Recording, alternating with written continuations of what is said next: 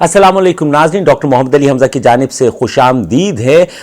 हुकूमत पंजाब जो है उन्होंने ज़मान पार्क का एरिया जो है कॉर्डन ऑफ किया हुआ है और कॉर्डन ऑफ करके उनका मुतालबा बड़ा सादा है कि जी हमें पता लग चुका है कि 60-70 ऐसे अफराद ज़मान पार्क में अपने आप को बचाए हुए हैं और उन्होंने गिरफ्तारी से अपने आप को महफूज किए हुए हैं, उनको वहां तहफ़्फ़ुज़ मिला हुआ है। वो 50-60 लोग, वो 60-70 लोग जो कि 9 मई के वाक़यात में जलाओ घराव और तोड़ फोड़ करने में, चीज़ों को तबाह करने में शामिल थे। हमारे पास सबूत हैं। वो 60-70 लोग ज़मान पार्क में मौजूद हैं, ये हमने पता करा लिया है। हुकूमत पंजाब ने कॉर्डन ऑफ एरिया करके, मुहासरा करके एक बिल्कुल मकबूजा सी कैफियत बनाई है। मैंने एक वीलॉग में आपको आंखों देखा हाल भी बताया था और मामला अब यहां तक पहुंच चुका है कि वो क्या खूबसूरत सा शेर है ना कि हजारों ख्वाहिशें ऐसी कि हर ख्वाहिश पे दम निकले, बहुत निकले मेरे अरमा लेकिन फिर भी कम निकले।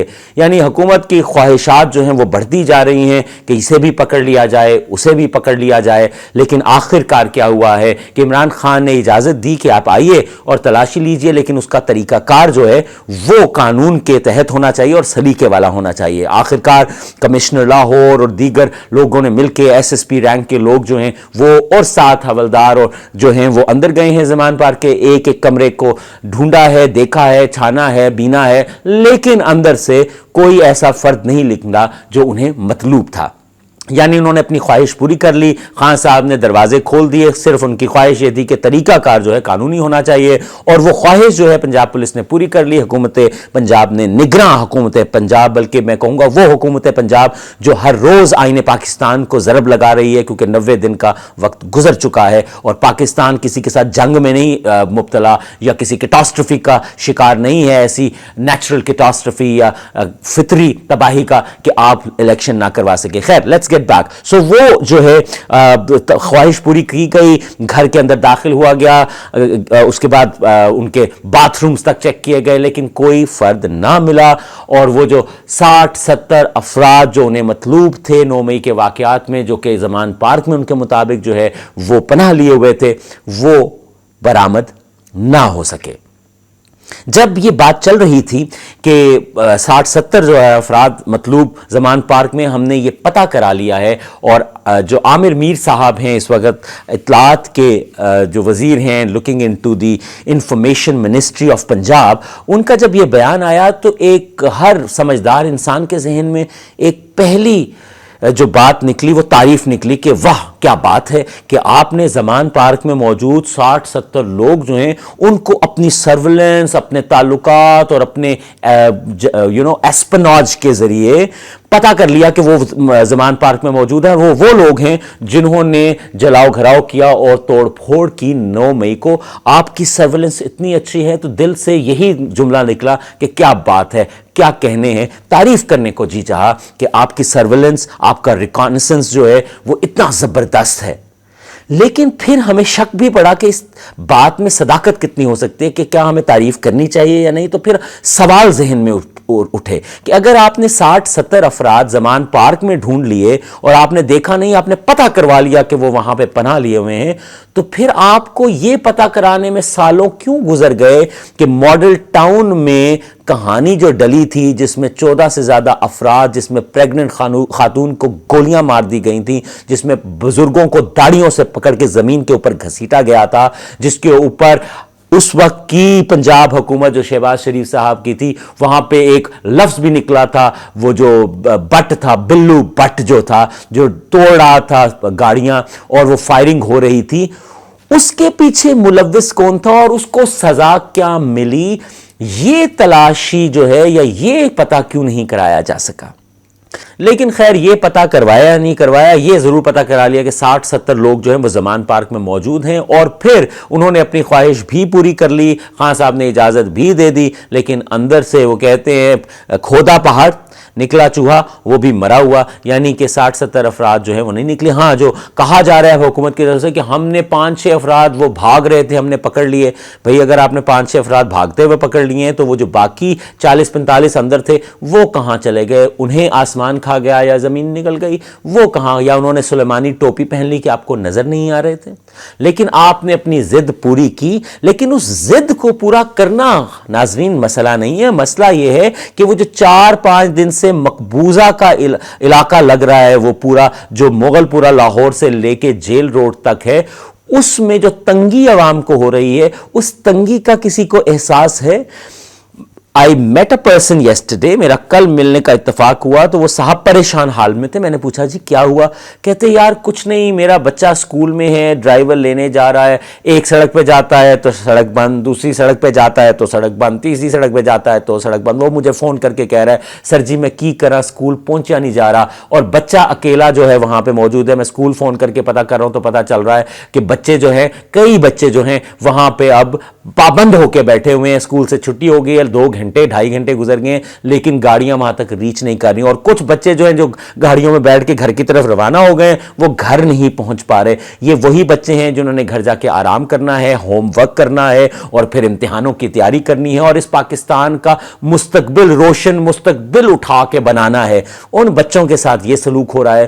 وہ جوان افراد، نوجوان افراد جن کی ڈگریاں ختم ہو رہی ہیں اور ان کو نظر آ رہا ہے نہ انڈسٹری ڈیولپ ہو رہی ہے، نہ کچھ ہو رہا ہے، بلکہ ہم سڑک پہ اگر کوئی نوکری تلاش کرنے کے لیے ہمیں اپوائنٹمنٹ مل گئی ہے، انٹرویو کی 10 بجے پہنچنا ہے، ہم جب گھر سے نکلتے ہیں تو ہمارے 2 گھنٹے اس سڑک بلاک ہونے کی وجہ سے، جو زمان پارک میں بلاک کی گئی 60-70 مطلوب افراد کو پکڑنے کے لیے، اس کی وجہ سے وہ انٹرویو تک نہیں پہنچ پاتا۔ اس کا کسی کو دکھ نہیں ہے، نہ حکومت وقت کو، نہ شہباز شریف صاحب کو، نہ کسی منسٹر کو، نہ کسی عہدیدار کو جو اس وقت طاقت میں بیٹھا ہے، اس کی کسی کو، کیونکہ وہ عوام ہے۔ عوام نکلا ہی عام سے ہے۔ عام کا جو مقصد ہی ہوتا ہے وہ یہ ہوتا ہے کہ آپ چھتر کھائیں، آپ مشکل حالات برداشت کریں، آپ کسی قابل نہیں ہیں، آپ تو مطلب آپ کی کوئی عزت نہیں ہے، آپ سڑکوں پہ خوار ہوں، آپ کا پیٹرول زیادہ خرچ ہو تو کیا ہوا، پیٹرول مہنگا ہے، آپ خرچ بھی زیادہ کریں، آپ کے فیملی ساتھ ہوں، ایمبولینسز رک جائیں، آپ کے بیمار جو ہیں وہ بیماری میں تڑپتے مر جائیں، آپ کے کوئی بزرگ آپ کے ساتھ ہے وہ بزرگ بیمار ہو جائے، کسی کو کیا فرق پڑتا ہے؟ بچے اسکول نہ پہنچ سکیں، کام والے کام پہ نہ پہنچ سکیں، انٹرویو والے انٹرویو دینے نہ پہنچ سکیں، لیکن کیا فرق پڑتا ہے؟ ہم نے بند کر کے 60-70 لوگ جو ہیں وہ بازیاب کروانے ہیں۔ بازیاب کیا کروانے ہیں؟ کون سی ان سے محبت کرنی ہے، ان کو ڈھونڈ کے نکالنا ہے اور ان کی چھتر پریڈ کرنی ہے، لیکن وہ 60-70 افراد نکلے نہیں ہیں۔ یہ بالکل اسی طرح مجھے لگا، یعنی یہ جو مثال میں دینے لگا ہوں یہ ذرا زیادہ بڑی مثال ہے، لیکن اگر اسی بڑی مثال کا ایک منیچر نکالیں تو وہ یہی نکلتا ہے کہ آپ نے عراق پہ حملہ کروا دیا، آپ نے تباہیاں کروا دی، امریکہ نے سب تباہ ہو گیا، اور وہ جو ویپنز آف ماس ڈسٹرکشن ہے، تباہ کرنے والے دنیا کو ویپنز جو ہیں وہ عراق میں جو موجود، آپ نے کہا امریکہ نے، اور آپ نے پوری دنیا کو جو اپنی الائنس تھی کو لے کے حملہ کر دیا، صدام کو پکڑ لیا، اس کو پھانسی دلوا دی، سسٹم سارا تباہ کر لیا، اور عراق جو ہے وہ پھر آئیسس کے ہاتھ چڑھ گیا، اور آپ نے اینڈ پہ دیکھا کہ ویپنز بھی نہیں نکلے، تو آپ نے آرام سے آ کے بڑا معصوم سا منہ بنا کے کہا we are sorry the intelligence was wrong, وہ غلط انٹیلیجنس تھی۔ اب اسی بڑے سے جو معاملہ گلوبل لیول کا ہے اس کو آپ منیچر میں کر کے دیکھیں تو زمان پارک پہ آپ نے کارڈن آف کر دیا ہے، آپ نے زندگی جو ہے اس کو معذور کر دیا ہے، اس کی روانی روک دی ہے، لوگوں کو تنگ کر دیا ہے، ٹریفک کے فلو کو خراب کر دیا ہے،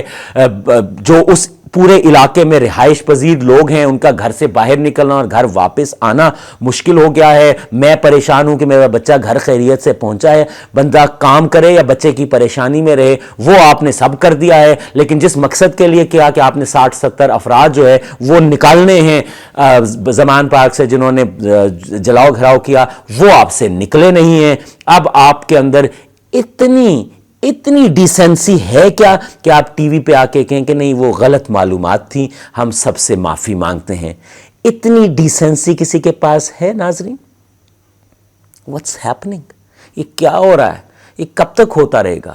میں خدا را گزارش کرتا ہوں حکومت وقت سے، اپوزیشن جو کہ اب ایک پارٹی ہی ہمیں نظر آتی ہے پاکستان تحریک انصاف کی اعلیٰ قیادت سے، جس میں سے میجورٹی جو ہے وہ جیلوں میں ہے، لیکن خان صاحب سے اور باقی انسٹیٹیوشن سے کہ پٹ یور ہیڈز ٹوگیدر، چیزیں بگڑ رہی ہیں، خراب ہو رہی ہیں، اور ہم آپ کو ایک اور بات بتاتا ہوں۔ آئی میٹ اے گائے उसने कहा कि मैंने कभी पाकिस्तान से नहीं जाने का सोचा था, मेरी उम्र अब जो है 50 बरस हो गई है, मैंने ज़िंदगी पाकिस्तान को दी, मैंने अच्छे बुरे हालात पाकिस्तान को दिए और इस उम्मीद से दिए कि पाकिस्तान अब बेहतर होगा, पाकिस्तान अब बेहतर होगा। उसने मुझे कहानी सुनानी शुरू की कि 90 के दहाई में जमहूरी दौर शुरू हुआ तो हमने कहा हालात अब अच्छे होंगे, लेकिन वही जमहूरी जो ताकतें थीं आपस में, नवाज शरीफ और बेनज़ीर मरहूम साहिबा, वो आपस में झगड़ते रहे और बाद में उनके स्कैंडल्स निकलते रहे, वो अपनी अना और अपने मफाद के लिए लड़ते रहे, तो हमने देखा पाकिस्तान तबाह हुआ। फिर एक कू हो गया और फिर एक जनरल साहब आ गया और जनरल साहब ने आके एक इनलाइटेंड पाकिस्तान और सबसे पहले पाकिस्तान का नारा लगाया। तो वो साहब मुझे कहते हैं कि हमें फिर लगा कि पाकिस्तान सही डगर पे आ गया, चैनल्स की भरमार होगी, इंडस्ट्री आ गई, इकोनॉमिक इनफ्लो बढ़ गया, पैसा आने लग गया।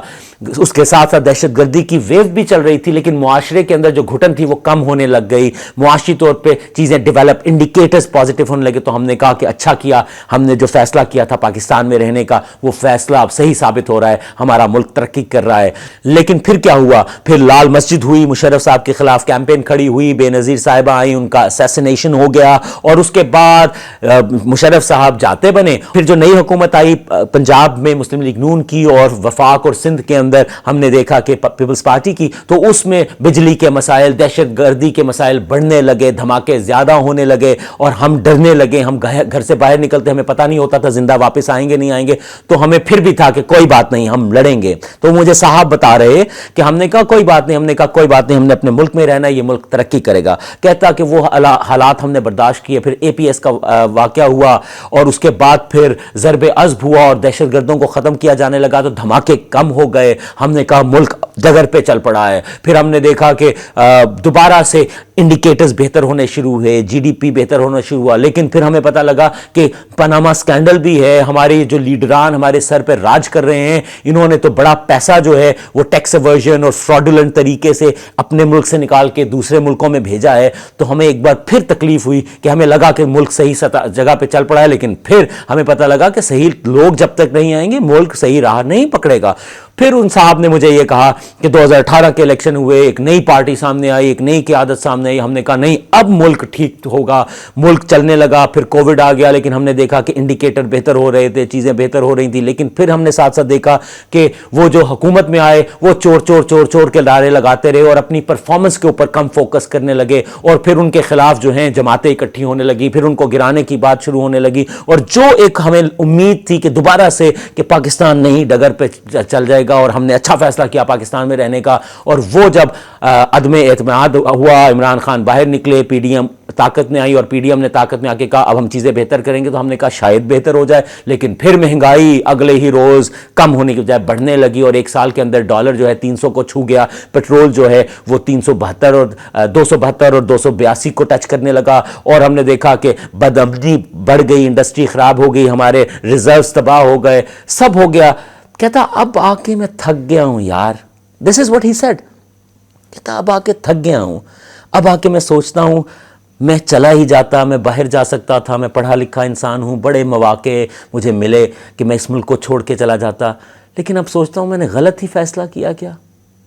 और जब मैंने उसकी ये बात सुनी तो दिल खून की आंसू आया।